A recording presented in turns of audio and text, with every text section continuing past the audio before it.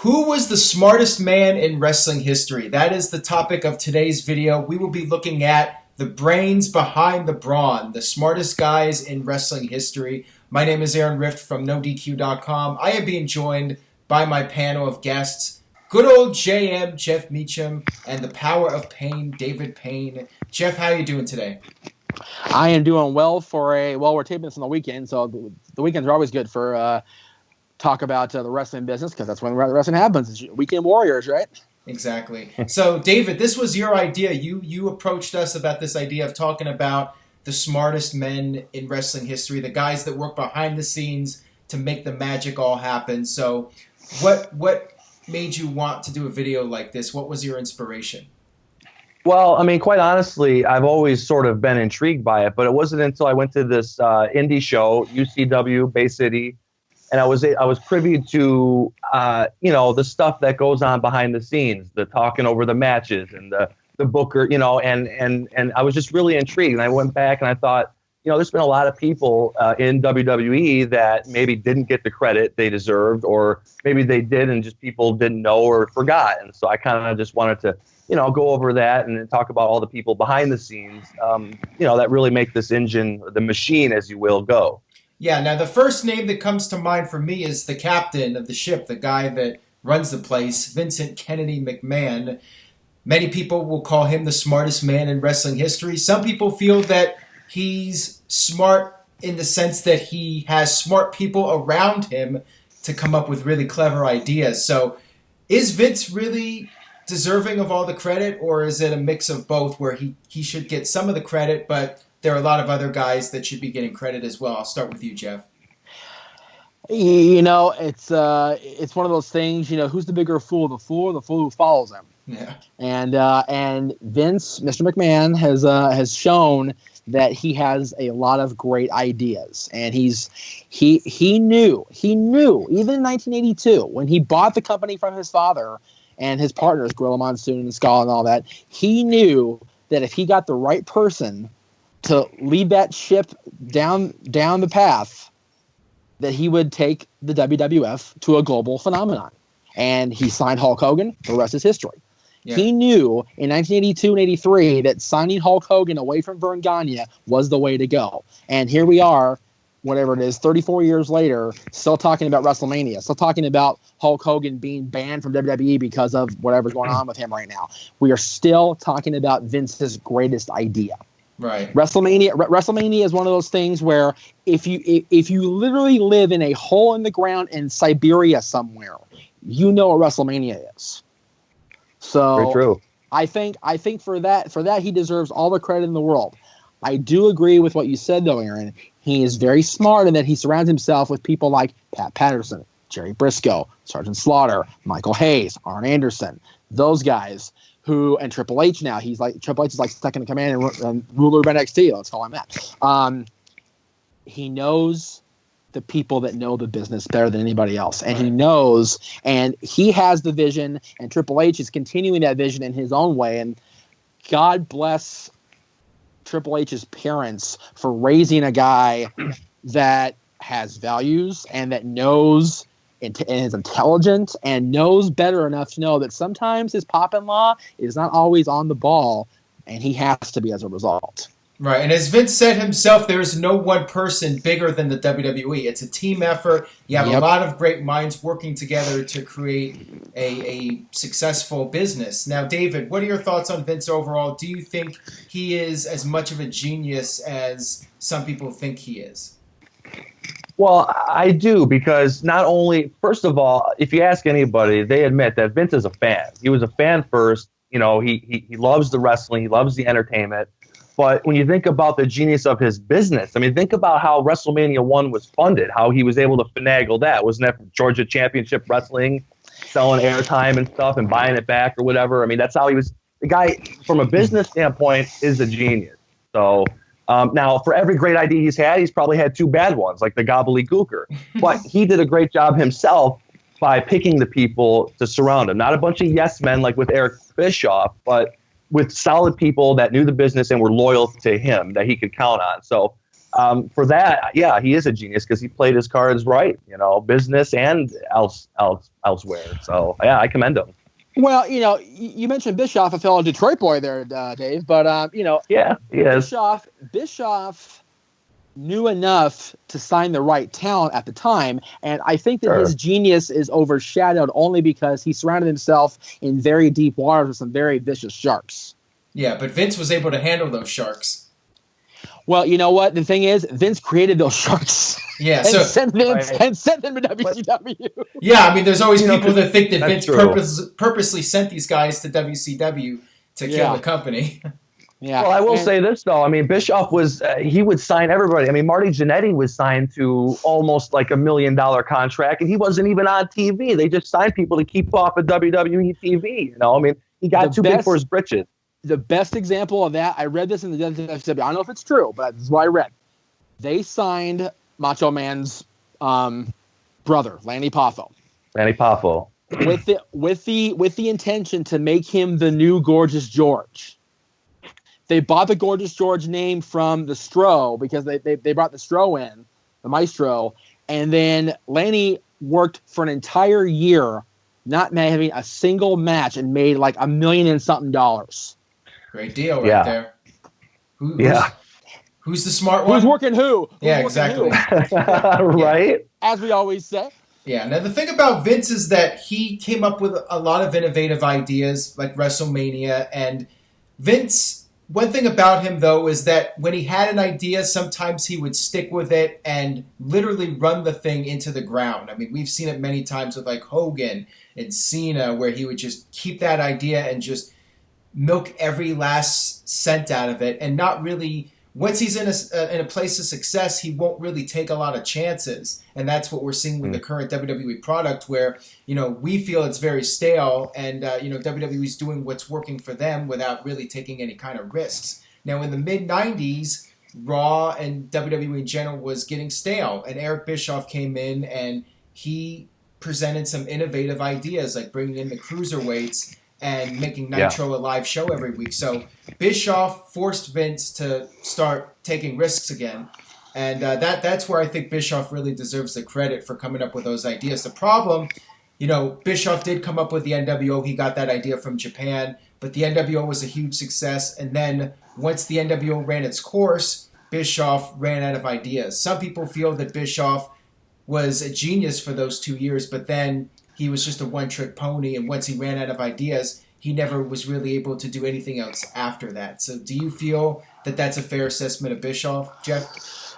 I do. It's so hard because I actually have grown to respect Eric Bischoff, talking to him on Twitter, listening to his podcast, things like that, actually conversing with him more than once lately.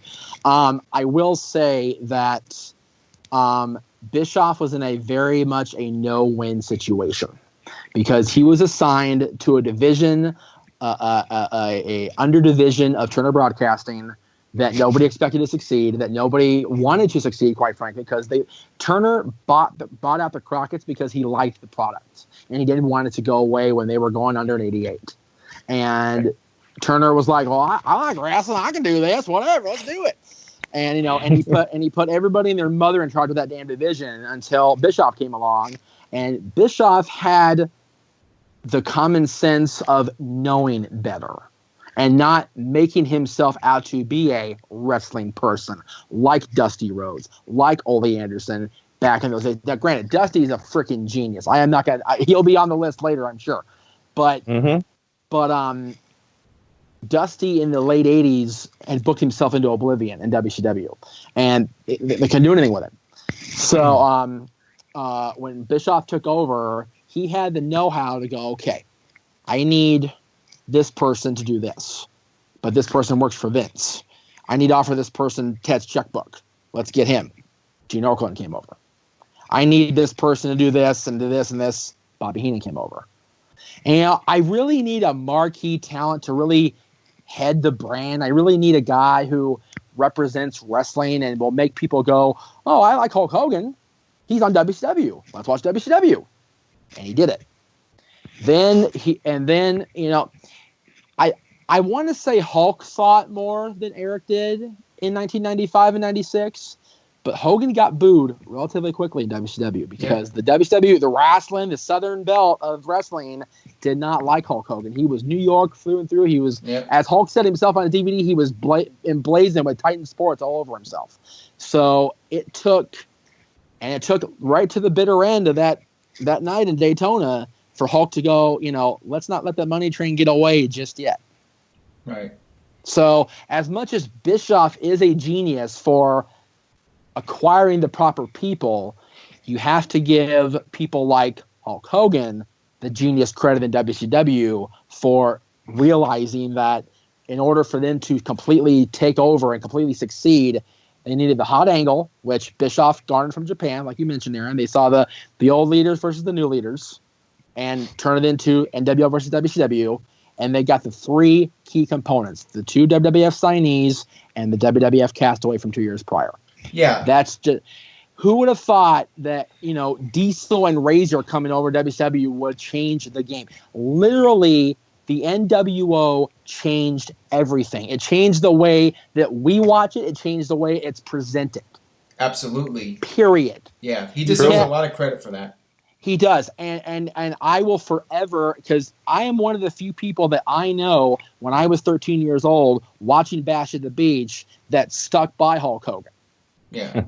And because my friends are like, oh, he's an ass. And people, given 13 years old, you get a little rebel in you. I think pretty much everyone started liking Hogan after the turn, and it got to the point where people love to hate Hogan.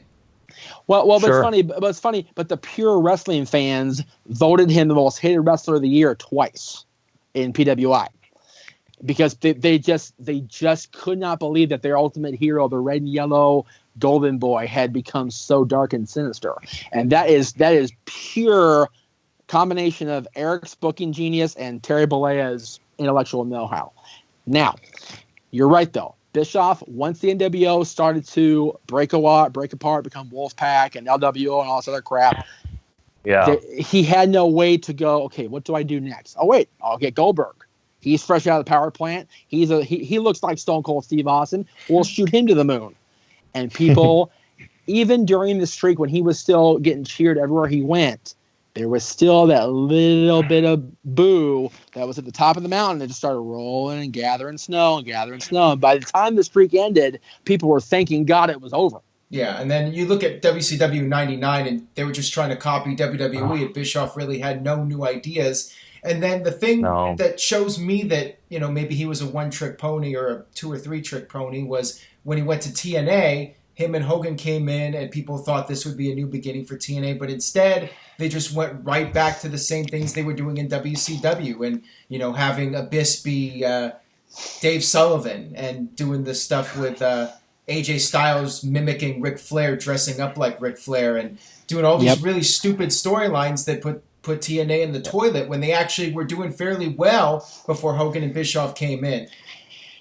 Well, it's funny, you and I, Aaron, covered TNA extensively on XMV and Talk Wrestling over the years, and we talked about when Hogan came in that it could be the very best thing that ever happened to TNA or the very worst thing. And as we sit here 7 years later now, it is easily the worst thing that happened to TNA. Yeah, I guess you could say Hogan and Bischoff were smart in the fact that they were able to get some money out of Dixie Carter and get some control from her. Dude, when it comes to making money in wrestling, nobody is smarter than Hulk Hogan. I don't give a crap who you talk to. He knows how to play politics better than anybody. Hogan knew how to soak the promoters for every last dollar possible. And you know what? His name, look, think about how people were going crazy when he came out and was going to be back at WrestleMania in 2014. Mm-hmm. Hogan's back. Oh, yeah, oh my God. And then when the NWO came out a year later, people were going crazy during that whole Triple H Sting thing because us as kids wanted to see the NWO fight DX. Yeah, so, I see my problem I thought with Bischoff though, and which I have the utmost respect for Bischoff. He's literally from the same neighborhood I grew up in, and so I really do. And let's not forget he worked his way up. He was a talent guy first. In fact, he auditioned for WWF back in the late '80s, early '90s. 1990, yeah. So he was a good TV guy, and I just think that Ted Turner gave him a checkbook, and he signed all these superstars from WWF. But I think after the NWO angle ran dry, I think he started maybe listening to Hogan and even Nash, for instance, when Nash was a booker, that horrible thing with Goldberg. I mean, you do all this to build Goldberg up, and then you just have that. I mean, and same with the NWO. It's like if they would have just stayed with a nucleus of 5-6 guys that were from WWF that came over, like X-Pac and Ted DiBiase, that would have been fine. But then you're getting Buff Bagwell and Scott Norton and the Disco Inferno. It just became ridiculous. Well, Nash you was got a smart. 3-hour show. Nash was smart, but he got himself his Booker, and then a couple weeks after becoming Booker, he beat Goldberg. Well, strap on. There's been a lot of talk over the years about whether Nash has actually had the book back. Nash actually had the book, and he's disputed that many times that he was not running the ship. Of course he will. But and again, Vince McMahon is the final decision. Like when he's got his mind made up. That's it's made up now. With Bischoff, he had to answer to Turner. He had to answer to Hogan. So I think it was just he cooks in the kitchen. There's always an excuse when you need one, right? Well, no. I will give Bischoff this out forever until I go on the ground. The fact is, by 1995 and 96, WCW was no longer its own entity because Turner merged with Time Warner, who had merged together. Time Warner merged together. That was a fiasco in itself. And then Time Warner was starting to merge with AOL. If you look at the disaster that happened when AOL finally went under and Turner lost all that money years after WCW went under, WCW was the least of their problems. Yeah. But true. It wasn't a high priority. They were losing a ton of money though in 2000. Though they were, they lost more in that one calendar year than the WWF I think made during the dark ages in the mid 90s. Yeah, I believe it. Now let's talk about another guy who was involved in this whole Monday Night War period.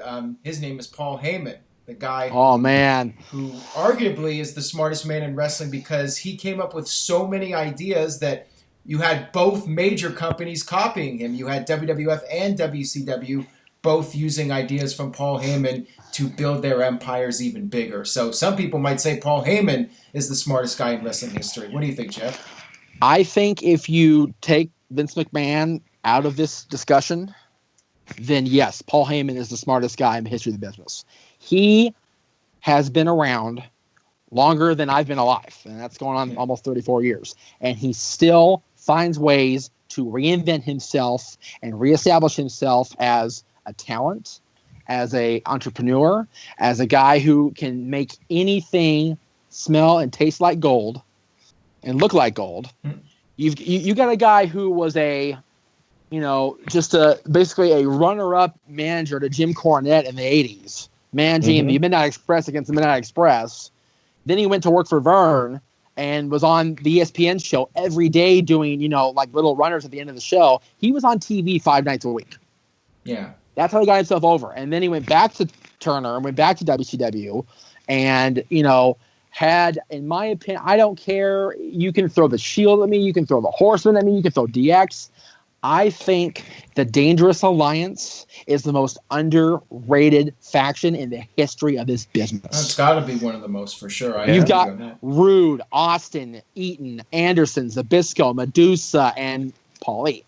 That little nucleus of people was WCW for most of 1992. Yeah. And then the whole thing went down with the lawsuit, which he still can't talk about to this day on any camera. He couldn't even mention on his own DVD.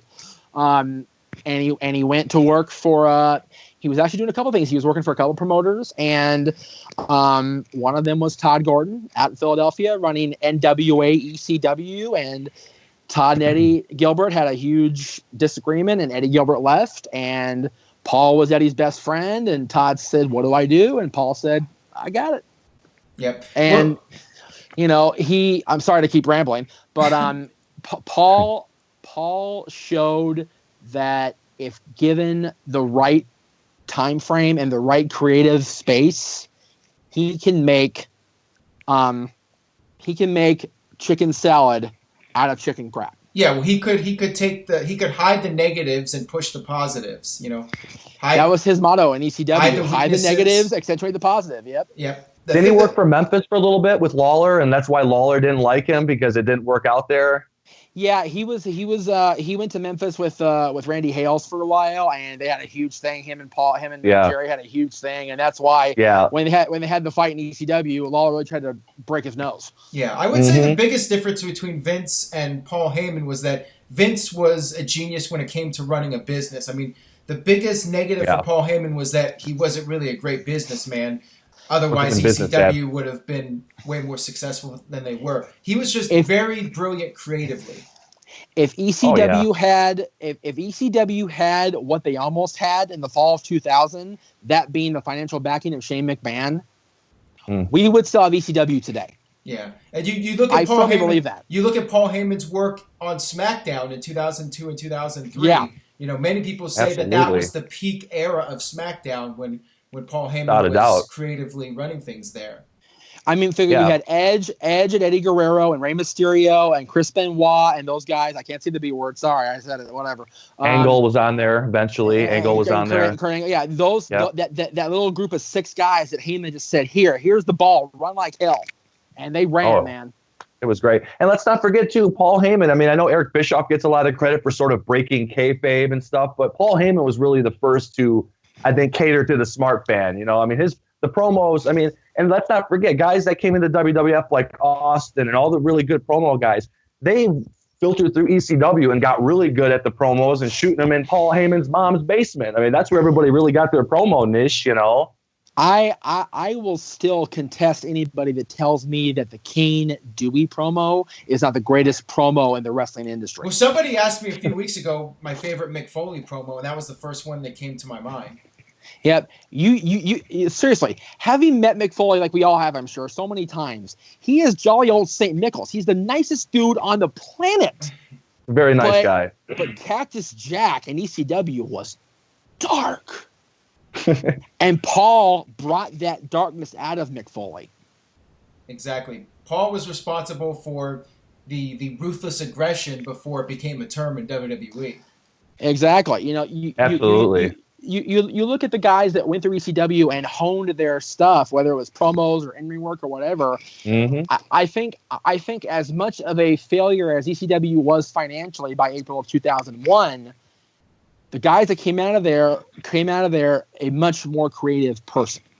Yeah, agreed. And for all those who think ECW is just a bloody hardcore mess, no, believe me, there's some great gem matches on there. You got to go back on the network and watch. There's like the birth of RVD. Remember, he was Robbie V in WCW. Paul Heyman brings him in, and he's like the top guy, man. By the time they got to WWF, he was more over than half the guys on the roster because they knew who he was. You know, not to shill for McMahon or toot my own friend's horn, but between the network and that Rob Van Dam TV title DVD I procured last year from High Spots, if you watch every single match on that 7-disc DVD, there's not a bad one among them. And that's because Paul Heyman was taking, a guy that became Big Vito later and putting him against RVD for the TV title. And a guy like Sabu, who, would not have worked anywhere in the United States in a niche market like he did in ECW.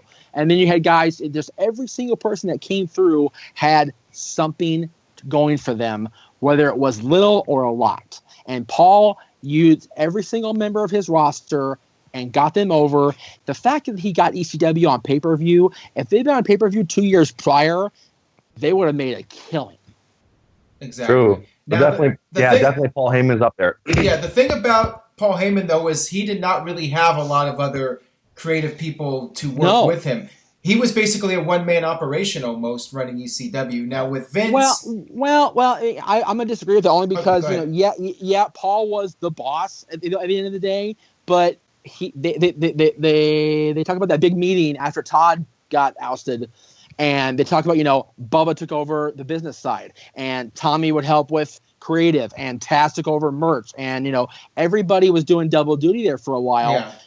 They had the guys, but the problem is nobody was getting paid. Yeah, that was a big problem. With WWE, Vince had a lot of creative people working with him. With WCW, all the money in the world, they did not get the creative people working for them. You look at the production values. WWE had far superior production values to WCW, despite WCW having more money. And they had people like Kevin Dunn. And Kevin Dunn's one of those guys that, people have polarizing views on him. Some people think he's a genius. Some people hate him. But you have to look at WWE's production, and it's second to none. They really have one of the best, not just professional wrestling company production values, but production values for any television product, period. I mean, those video packages and everything from the way the show is shot. I mean, it's really. Well, I would agree with that, but I think 95, 96, though, I would have to say just those couple years when Raw was still doing the tape and their set was kind of slim. WCW did look fresh. That's what drew me in. The whole intro of Nitro and just the fireworks and it being live. I mean, you could now looking back at it, you can totally tell what shows are taped and which are live. I think WWE was also trying to work with a budget and not spending a lot of money on their production. But I mean, when they spent the money, I mean, their production is second to none. Second to none, absolutely. So Jeff, what are your thoughts on Kevin Dunn? Though? Yeah, go ahead, Jeff. I want to hear your thoughts on Kevin Dunn. Are you a fan or are you a critic? You know what? I'm so indifferent to the whole Kevin Dunn hate. My whole thing is, you guys have followed me for a long time. Those of you that watched ODQ.com since 2002. I've been a very negative person a lot of those years, and I've kind of grown up from the hating, because hate is a very strong word. Hate means you wish death on people. I don't really hate anybody. I don't dislike Kevin Dunn, but I also don't really give him much thought. Like, the guy's a production genius, and if he's a dick, you know what? He's a dick who gets stuff done. Exactly. That's pretty much. Well, I used to think he was a production genius, but lately with these empty fan shots who aren't even reacting at all, and the shaky camera work. I totally agree on that. The stuff lately, yeah. Some of the stuff is pretty questionable, I think. But overall, I mean, WWE's production has always been really tremendous, and the video packages. Yeah. I mean, those are always brilliant, in my opinion. Yeah, as far as production value and putting the money, the effort into the show, there's no greater example of that than people can't wait to see what the WrestleMania set is going to look like. Yeah, exactly. It's like the Rolling Stones concert, man. It's just extravagant. Exactly. What are they going to do this year? Oh, my God. Yeah, there's a lot of creative people involved in the process of WWE. Jim Johnston, CFOs, the music of WWE. I mean, they come up with some tremendous stuff. Go ahead, Jeff. The music of WWE over the years has been genius. I mean, there's been a few flops. Like, the freaking Rougeau Brothers song was like, okay, that was... Wait, what? You heard me. What, we're serious? Not the Mounties. No, not that one, right? No. All American Boys. That's a classic. Oh. How dare you, Jeff? I know. That's blasphemy. Well, it is for you because you play in the car every time we're on the road together. And I'm going to play more now. When you come in the car next time, no, he plays Christian. That's what he plays. He loves that one. No. In all seriousness, I think the WWE music department has been nothing short of complete genius ever since Jim Johnston took over in the 80s. It's been amazing. And the stuff from CFOs lately, there's no greater example of that than the No DQ Year-End Awards. Yeah, Bobby Roode. Bobby Roode and Nakamura. Absolutely. Those two themes have sensationalized all over the world, and we're going to see it, coming up Rumble weekend. Those two against each other. Yeah, and the music's always been a very important. Like even back in the day when I had to sign up for the club membership and get the cassette with the music on it. You know what I mean? Right? Yes, I remember that. Yeah, it had like Shawn Michaels with Sensational Sherry's version. Oh, Shawn! But I think Jimmy Hart. That's on Spotify now. Oh, is it really the Sherry version? Yes, it is. I kind of like that one. That one's cool. Excellent. Yeah, and what's really funny is because a lot of them they're home runs, but a theme song and an entrance can really make or break somebody when you think about it, especially somebody new. I mean, you think about there has been some really crappy themes in the past. Like I remember the first Godwin's theme was really just some generic banjo or, there's been some that are bad. I didn't like APAs. APAs sounded to me like some kind of bondage porn music or runway music or something. It was awful, But the thing is, like, look at WCW. They were never really able to come up with a lot of memorable themes. Like most of their theme songs were either generic theme songs or rip-offs. Like, for DDP, they had the Nirvana rip-off and Jericho, they had the rip-off of Even Flow, Pearl Jam. Yeah, Even Flow. That's true. What's funny is Jimmy Hart.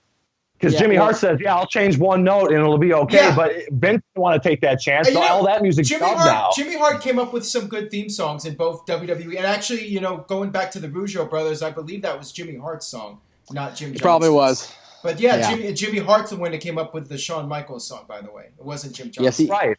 Nope, because Jimmy mentioned his Hall of Fame that Shawn Michaels carried that theme and sang it for him for 10 years, whatever it was. So. Yeah, but anyways, my point is that WCW, for the most part, they either had to come up with these rip-off themes or just generic songs, or like Rey Mysterio's was a rip-off, or knock off the WWE theme songs.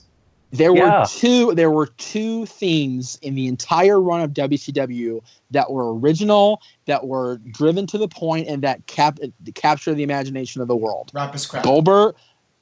Okay, 3. Sorry, Rap is Crap, the NWO Rockhouse theme, and Goldberg's theme. Yeah. What's weird is that Goldberg's theme was a generic song. I think Pat Tanaka used it before Goldberg. He did. I remember seeing it on YouTube. Yeah. You gotta go back. It's like Pat Tanaka in like 96 or 97. Look it up, dude. It's there. Yeah. But the Goldberg theme, it's simple. It's just and then does that again. It's it does that for like 20 minutes. And then he sucks up smoke and blows it out, and then it's funny. Bischoff mentioned himself on one of the WCW DVDs that WWE produced. Goldberg's presentation was genius in and of itself. The music would play, he'd walk in the aisle, he'd get security, he'd get to the curtain, he'd breathe fire, he'd smoke, he'd spit, he'd kick shit, he'd walk to the aisle, he'd beat a guy for 5 minutes, and he's done. That's it. Yeah. It got over. It did. It did get over. So they did have some good ideas, but like I was saying, WCW, they had to copy WWE with the theme songs and the booking of the shows. TNA, same thing. So with WCW and TNA, they had a guy by the name of Vince Russo. So was he a genius, or was he just a guy who was lucky and had success because he had a filter in Vince McMahon? Jeff, what are your thoughts on Vince Russo? Well, before we move on to Vince Russo, I got to say that a great example of music carrying over from one company to the other. When we gave Triple X the Tag Team of the Year award in Orlando, remember Elix Skipper was saying, "Yeah, the real music for primetime." WCW song was better than TNA song. Anyway. Because Elix Skipper, you remembered. Because that was DMX's Up in Here. That's right. That they were using in WCW. But he loved it and it worked for him. Yeah. All right, Vince Russo, the evil genius. I think that Vince Russo had a lot of ideas that went through Vince McMahon's filter. Some of them came out looking like roses. Some of them came out looking like dog poo.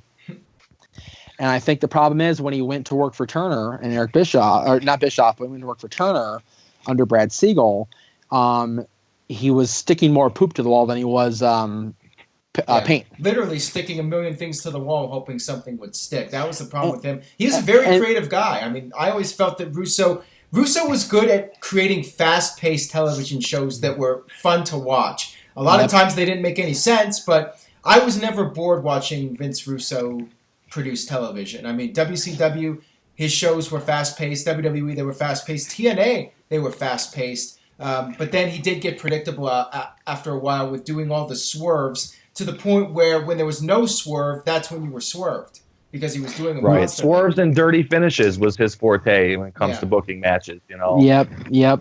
So I think he did have some great ideas, but I almost look at him as almost like the Jerry Springer of wrestling. Like, he's more suited for shock value TV. So if there was a wrestling promotion on HBO, I mean, he could be the lead dog, and I'm sure it would be fine. But I just think you need people around you, and him himself. Like, they thought he was going to be the be and end all of saving WCW, and he walked into a mess there. By the time he got in there, he said, "The hell with this," So. It's much like I said earlier about Eric Bischoff walking into a wasp nest and having to filter through and make sure you didn't get stung. Russo went into waters that were so shark infested you couldn't stick your finger in your toe in the pool without getting the shark bite. It was that bad by the time he got there. It was literally too little, too late. Yeah, exactly. It was. And if I could transition, Aaron, actually, to a guy who's on the complete opposite spectrum of Russo and who's very, very vocal about it, but whom I have a lot of respect for. He's crazy as hell, but Jim Cornette. Jim Cornette, believe it or not, knows this business very well. If I could shadow him, I think I'd have a ball hanging out with the guy because he's very, very vocal. Some people think that he's out of touch, like his ideas are still stuck in the 80s and he still has this vision of wrestling in the 80s is how that should work today in 2017. But I will say, I listened to his podcast though. He's got some ideas with booking now. He's an extremely intelligent guy, and you look at OVW in 2000, 2001, and 2002, in that period. He was there when guys like John Cena and Batista and Randy Orton broke in. So Brock Lesnar. He definitely deserves some credit for helping those guys become major superstars. Kevin Owens too, Kevin Steen in Ring of Honor he worked with. I know they didn't get along always, but it kind of got Kevin Steen on the map, so. What do you think, Jeff, of Jim Cornette? I think Jim Cornette is one of those guys where you could have a weekly podcast with him like he does now, and it still wouldn't be enough of a fill for Jim Cornette because he's got that much. The guy invests 100% of his gray matter into wrestling. He just does. He loves the business, and he misses. A lot of these guys do. Well, I do. Lord knows I do. He misses the business the way it used to be, but he understands, I think, now that times have changed. I think so. It's one of those things where Jim Cornette will be remembered to the casual fan as Yokozuna's American spokesperson, the racket, and the tennis racket for the Midnight Express. If you watch the network now as a casual fan, but to us guys, he's a creative genius, no question about it. Yeah, you look at and if anybody wants, go ahead. David. Go ahead. Oh, I was gonna move on to the next topic here. Well, I was just going to say, if anybody wants a good laugh, go on YouTube and look up Jim Cornette's drive-through incident, and you got Jericho's recording and Chris Gambino's in there, and it's hilarious. It's hilarious. But anyways, go ahead. Well, I don't know if that's so much of being a genius because spit burgers, that whole thing. Do you really want to get spit in your burgers? That's true. Why would you want to get the food after you piss them off? I certainly wouldn't. Yeah, I would just say I would just move on to the next place. But I guess they were waiting. What was it for? Like 4 effing hours, or they drove 4 effing hours to get some food. And the language he used. It's actually Jericho was kind of stirring the pot. He was the one that was kind of making the chick at the window. That's a tremendous segment. But not to cut you off here, and you're gonna move somebody else. But let me just throw somebody else in there right now. Chris Jericho, absolutely, and in Chris terms Jericho of reinventing himself. Chris Jericho is one of those guys. He's not behind the scenes; he's a talent, but he has found a way to. He's been in the business since 1990, and he's one of those guys. He's very much the Madonna of the wrestling world. He's constantly changing his image. He's constantly changing his presentation, and he gets over every single time. Right, the guy's so intelligent. The thing I would say about him is that he knows when to step away. Some guys, they just keep going and going and going, and he knows when it's time to walk away from the business for a while, and he knows that characters get stale after a while, and by leaving for a while, people anticipate him coming back, and he can come back and make a huge impact. So yeah, you're right. He's definitely one of the smartest guys in wrestling, knowing the right times to come in and out and changing up his character and just being self-aware. And also knowing that he doesn't need to shop his talents to other companies. Right. That's true. And I wouldn't be surprised. Yeah, and I wouldn't be surprised if he's offered a job in the future as an agent or somewhere, because he could be really good working with the young talent, helping them work out their matches, give them ideas, because he definitely has them. Well, let's talk about guys that have worked with the talent and helped the talent. We mentioned Dusty Rhodes earlier. Dusty Rhodes, of course, booking in the 80s, and of course coming up with the famous Dusty finish. Some people have mixed feelings on him as a booker because of how Jim Crockett Promotions went down the toilet in the late 80s, business-wise. But you cannot deny the things that he did in NXT with the young talent. So many people credit him for getting their foots in the door in NXT and really learning a lot in that company. So, Jeff, what are your overall thoughts on Dusty Rhodes' wrestling genius? Well, I think Dusty Rhodes certainly made a career out of XMV and Extreme Mayhem, that's for sure. He made us famous. Well, yeah, we did that interview, and then you had to leave 20 minutes in to play with little kids. Oh God, you're gonna have a whole new generation of people on my case now. I had did not know that. No, I had a job working in elementary school, and I had to go to work. Also, you left the American dream, Dusty Rhodes hanging. I did. That's pretty much what he said too. And he and my co-host at the time spent the next like 5 minutes ragging on me, and my co-host made his entire rest of his career in wrestling about that. No. He did. So, but Dusty is so smart. He was so smart, so in tune with a talent's like a talent could go to Dusty and just say, "Well, I have this," and Dusty would kind of. Because he's seen everything. It's beautiful, baby. He's seen everything. Yes. Dusty has literally seen it all. He's been through it all. So he's one of those guys that definitely is up there, with Vince McMahon, with Paul Heyman, with all that echelon of talent as far as genius level in professional wrestling, sports entertainment. Dusty, absolutely. Without Dusty, there's no Starrcade. Yeah. And without Starrcade, I dare say there's no WrestleMania. Yep. No WrestleMania, yeah. And what about William Regal? William Regal, another guy in NXT. Oh, yeah. Regal. Absolutely. Again, without Regal, we don't have, 2 days of British wrestling to watch on the network. Him and Triple H together, coming up with that tournament. And who would have thought that the world would be captured by a 19-year-old kid from Britain? Yeah. I know. That kid. Dudley England. From Dudley, England, of all places. Tyler Dudley Do-Right. Seriously, he looks like Dudley Do-Right too. He does. Look at his hair. I'm just saying. But yeah, this kid from nowhere is now the United Kingdom champion. It's because of William Regal and his talent as a talent scout is second to none.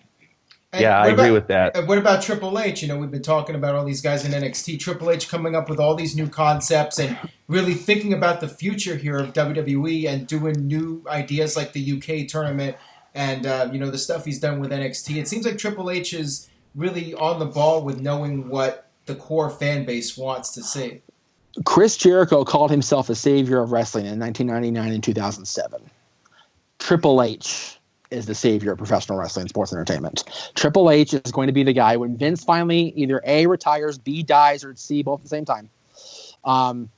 Triple H is going to carry the business into the 21st century and lead us down the path of quality stuff because you have NXT because of him. And Cruiserweight Classic because of him. Some would say that he's the smartest guy because of marrying the boss's daughter, though. What do you think about that? Well, it's one of those things that I firmly believe he was that intelligent before he even met Stephanie. I agree. And I think that and number one. Number two, think about the time he got really, really over. I mean, like he was the man. 1999, before the angle with Stephanie. Yep. So, that's true. And I've talked to people within that have worked with him, and I sort of broached the fact that, is it nepotism? Did he screw his way in, if you will? And they all said, you know what? He took the ball and he ran with it. And I will say this. I used to have mixed feelings years ago with Triple H as a performer. When I knew that he kind of stuck his nose in the Brett Sean thing, he only been in the company for about a year, I was a little, I wasn't a huge fan. I thought that from a performance standpoint, I wouldn't say he's a 4 out of 10, but he's definitely not a caliber of a Shawn Michaels or Bret Hart in ring. Now, with that being said, I want to say that I am a huge fan of what he's done with the WWE product, branching out with the NXT, with the Cruiserweight tournament, because I really feel he's trying to get in touch with the fans like us who don't always get that on weekly with Raw. And so if we tune into the network, we can really get into that hardcore wrestling, the British style and the high spots and the stuff we really like. And I think he's a fan of that. And so I've said this to people. I said, I think the company is actually in good hands with him. But I will say this. I think Shane also needs a little more involvement too, because I think Shane was underappreciated back then. I think he wanted, as you alluded to, Jeff, he wanted to buy ECW. He also wanted to buy UFC when it was for sale and it was for cheap. Vince didn't listen to him. And I just think if they can coexist, I know there's this they build up the scene that they don't really like each other, but I think if they could coexist, this company will be in great hands going forward after Vince is gone. Absolutely. So, it's funny. I was one of those guys who, like you, David, didn't like the performer, Triple H, because he was world champion 368 times in the course of 2 years. I was like, oh my God, enough. But then we went to Mr. McMahon's Walk of Fame ceremony out here in Hollywood. And we met everybody in the family except Stephanie, because she was pregnant at home. Or no, she was pregnant doing TV. I'm sorry, she was doing creative for TV that night. But we met everybody, and Triple H went out of his way to see my pregnant girlfriend wearing her DX shirt, shook her hand, told her it was okay, don't need to cry, and took a picture that I posted all over social media, before it was called social media back then, and people just ate it up. And that Triple H is the guy that I saw, and that Triple H is the guy that I know I think is leading the future of wrestling. Yeah, that's cool. That's a cool, yeah. I think WWE is in good hands. So, are there any other guys that you guys want to bring up here before we wrap this up? Yes, and I'm going to totally self-promote here, and I'll tell you why. 2016 was the resurgence of the women's division in professional wrestling. Well, 5 years before that, a little company called World Independent Ladies Division, ran by Travis Leland and Jeff Meacham, was promoting women's wrestling all over the country as far as like trying to get the name out there. And people were like, this is awesome.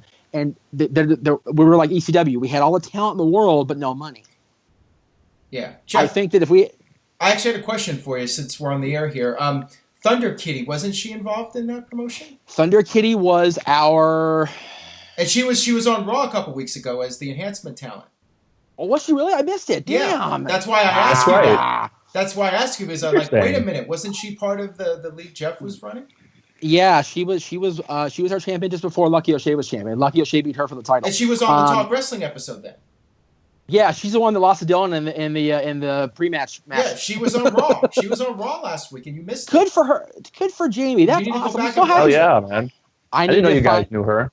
Yeah, Thunder Kitty's awesome. Yeah, I recognized her right when I saw her. So yeah, you guys can lay claim that you guys had people in your promotion that are now on WWE television. See, Travis gets no credit for as smart as he is, because he's kind of like on the fringe of this. He kind of like does his own thing out there in the Antelope Valley, but the guy had a vision, still does, by the way. Hint, hint. Keep watching.